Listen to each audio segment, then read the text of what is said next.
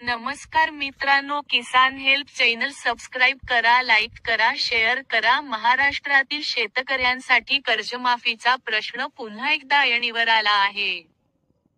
विधानसभा निवडणुकीदरम्यान सर्व राजकीय पक्षांनी शेतकऱ्यांना दिलेली आश्वासने आणि विशेषतः मुख्यमंत्री देवेंद्र फडणवीस यांनी केलेले 7/12 कोरा करण्याचे वचन अद्याप पूर्ण झालेले नाही.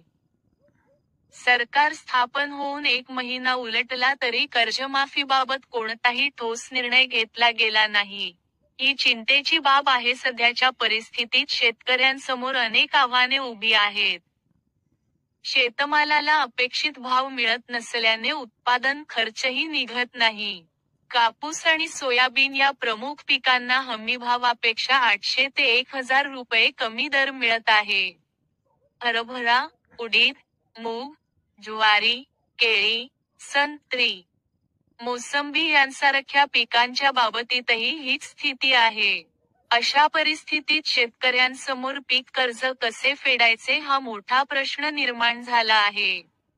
बँकांकडून येणाऱ्या अडचणी या आणखी एक मोठे आव्हान आहे. कर्ज थकल्यामुळे नवीन कर्ज मिळत नाही आणि इतर योजनांचे लाभ थेट कर्ज खात्यात वळते केले जात आहेत. सोयाबीन आणि कापसाच्या हमीभाव खरेदीचे पैसेही शेतकऱ्यांच्या खात्यात जमा होण्याआधीच कर्जाच्या वसुलीसाठी कपात केले जात आहेत. परिणामी, शेतकऱ्यांना नाईलाजाने खुल्या बाजारात कमी किमतीत आपला माल विकावा लागत आहे. उपमुख्यमंत्री अजित पवार यांनी नुकतेच केलेल्या वक्तव्याने शेतकऱ्यांमध्ये अधिकच चिंता वाढली आहे. माझ्या तोंडून कर्जमाफीचे आश्वासन ऐकले का? असा प्रश्न विचारून त्यांनी अंथरूण पाहून पाय पसरावे असा सल्ला दिला आहे. या वक्तव्यामुळे सरकार कर्जमाफीकडे दुर्लक्ष करत असल्याची भीती शेतकऱ्यांमध्ये निर्माण झाली आहे. निवडणुकीत भाजपला ऐतिहासिक बहुमत मिळाले आणि देवेंद्र फडणवीस मुख्यमंत्रीपदी विराजमान झाले. त्यांच्याकडून शेतकऱ्यांना मोठ्या अपेक्षा होत्या, विशेषतः 7/12 कोरा करण्याच्या आश्वासनामुळे. परंतु आतापर्यंत झालेल्या मंत्रिमंडळाच्या बैठकांमध्ये कर्जमाफीचा विषय चर्चेलाही आलेला नाही.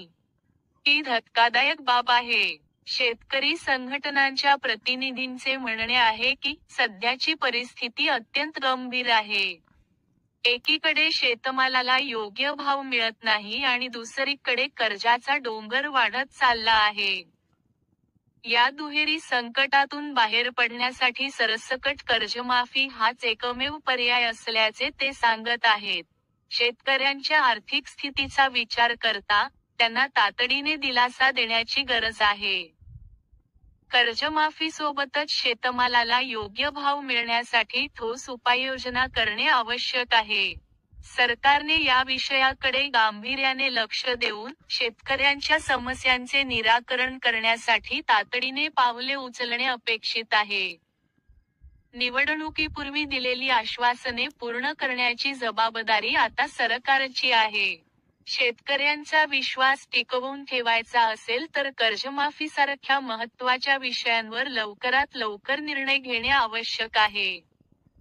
कारण शेतकऱ्यांची आर्थिक स्थिती सुधारल्याशिवाय राज्याचा विकास अपूर्ण राहील.